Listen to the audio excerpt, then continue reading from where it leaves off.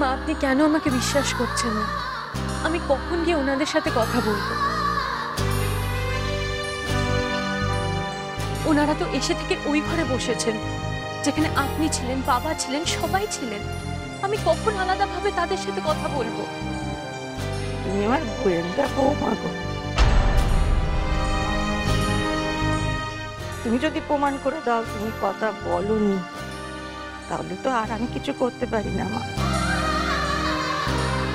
তাহলে তুমি কথা বলোনি, কথায় যুক্তিতে বুদ্ধিতে আমরা তো কেউ তোমার সঙ্গে পেরে উঠবো না মা গো। তুমি ছুরি মেরে দিলে, প্রমাণ করে দিলে তুমি ছুরি মারোনি। আচ্ছা, এইসব বলে এখন লাভটা কি বলতো? হ্যাঁ, চেঁচামেচি করে কি কিছু পাল্টানো যাবে? যাও, সবাই ঘরে যাও। যাও মোমো, নিজের ঘরে যাও। তুমিও চলো, মাথা ঠান্ডা করে এবার ঘরে চলো।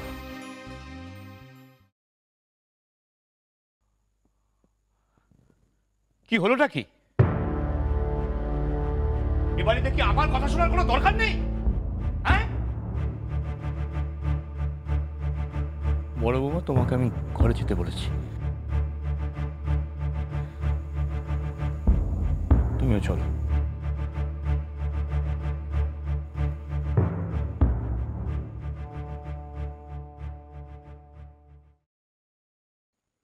না, দাঁড়াও।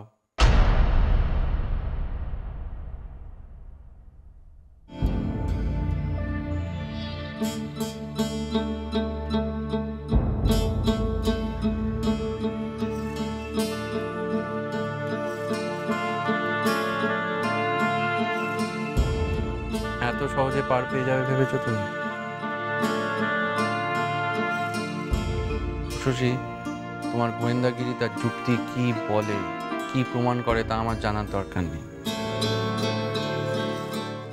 আমি এটুকু বুঝেছি আজ যে তুমি অন্যায় করেছ।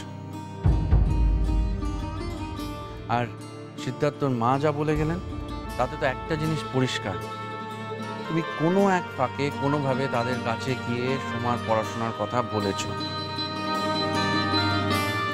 আর সেটা তুমি সবার সামনে এখন অস্বীকার করছো। তুমি মিথ্যে কথা বলছো শশী। আমাদের সবার সামনে দাঁড়িয়ে তুমি মিথ্যে কথা বলছো।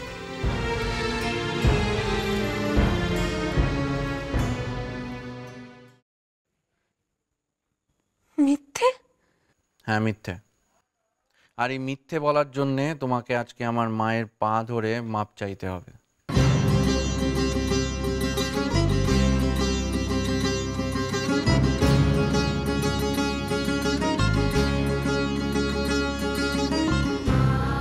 মিথ্যে? আমি মিথ্যে বলেছি? তুমি বলছো? হ্যাঁ হ্যাঁ, তুমি মিথ্যে কথা বলছো। না নিশিতা, আমি মিথ্যে বলছি না। সোমার পড়াশোনা নিয়ে কথা আমি শুধু আমাদের কয়েকজনের মধ্যে বলেছিলাম, ঠিক তখনই ওনারা এসেছিলেন। হতে পারে উঠোনে দাঁড়িয়ে বলা সেই কথাগুলো ওনারা শুনেছেন। আমি যে আলাদা করে তাদের সঙ্গে কোনো কথা বলিনি সেটা তুমি ওনাদের প্রশ্ন করলেই জানতে পারবে। কিন্তু তাতে এই বাড়ির মান বাড়ে না। আমাদের ভেতরের অশান্তি তাদের সামনে বেরিয়ে আসে, তাই সেই প্রমাণ আমি করতে চাই না।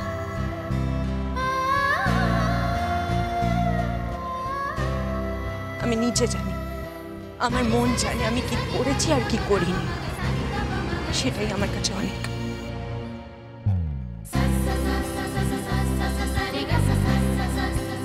ঠিক আছে, তুমি একটা কারণ বলো যার জন্য এই কথাগুলো আমি সিদ্ধার্থর মায়ের কাছে গিয়ে বলবো। কারণটা খুব পরিষ্কার শশী। তুমি সোমাকে হিংসে করো। তার মনের মতো বিয়ে হচ্ছে দেখে তুমি স্থির থাকতে পারো না। হিংসে? আমি সোমাকে হিংসে করি? করো করো, হিংসে করো, কারণ তুমি কলেজে ফার্স্ট হওয়া মেয়ে, আর তোমার বর আমি একজন অশিক্ষিত ময়রা।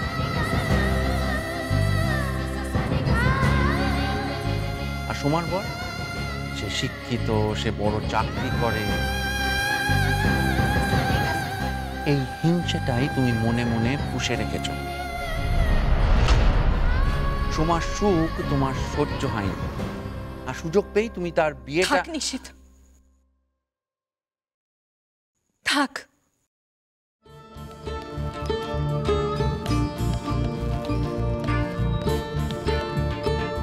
আমি বিশ্বাস করতে পারছি না, আমি সত্যি বিশ্বাস করতে পারছি না আমার সামনে দাঁড়িয়ে যে মানুষটা এই কথাগুলো বলছে সেটা তুমি।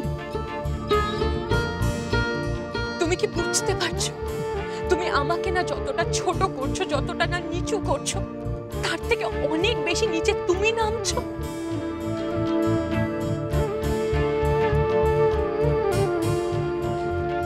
আমি আমার অপমান তোমার ভুল ভেবে সহ্য করতে পারবো, কিন্তু তোমার ছোট হওয়া আমি সহ্য করতে পারবো না। অনেক সুনাম কুড়িয়েছি এই বাড়িতে, চোর অব্দি হতে হয়েছে, তাও তাও তোমাকে বলছি সে তুমি আর কিছু বলো না, আমি সহ্য করতে পারবো না। সহ্য হবে না তো কি করবে? হ্যাঁ, কি করবে? আর কে বলেছে তোমায় সহ্য করতে? যে পরিবার, যে পরিবারের লোকজনকে তুমি সহ্য করতে পারছো না, সে পরিবারের সঙ্গে থাকার দরকার কি? কি দরকার আমার মতো একটা অযোগ্য স্বামীর সঙ্গে ঘর করা?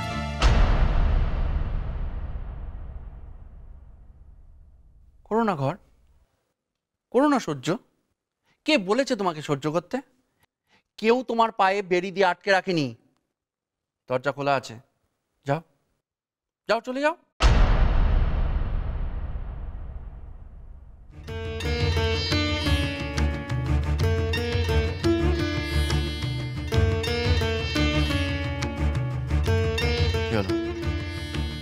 কানে কথা গেল না? শুনতে পাচ্ছ না আমি কি বলছি? যাও, চলে যাও, চলে যাও, কেউ তোমাকে আটকায়নি। তুমি আটকেছিলে একদিন নিশীথ, সেদিন আমি ওই চোখঘাট অব্দি পৌঁছে গেছিলাম।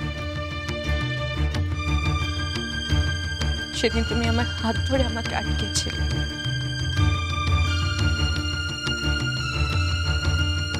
সেদিন তোমার আটকানোর জন্যই আজ আমি এই বাড়িতে আছি।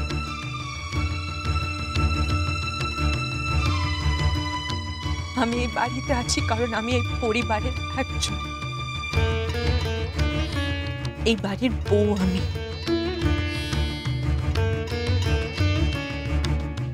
এই বাড়ির সঙ্গে আমার একটা সম্পর্ক আছে যেটা আমি সম্মান করি। এই যে অনেক হয়েছে, অনেক হয়েছে তোমার এসব নাটক। চুপ কর তুই, আর একটা কথাও বলবি না, আর একটা কথাও বলবি না তুই, আর একটা কথাও তুই যদি বলিস না আমাকে কিন্তু আজ আর আটকাতে পারবি না। না বাবা, না বাবা, তুমি তুমি কোনো কথা বলো না। আমি বুঝতে পারছি তোমরা সবাই এগুলো সহ্য করতে পারছো না, যা হবার আজই হয়ে যাবে। হ্যাঁ, আজকে চলো, চলো ঘরে চলো, আমার সঙ্গে।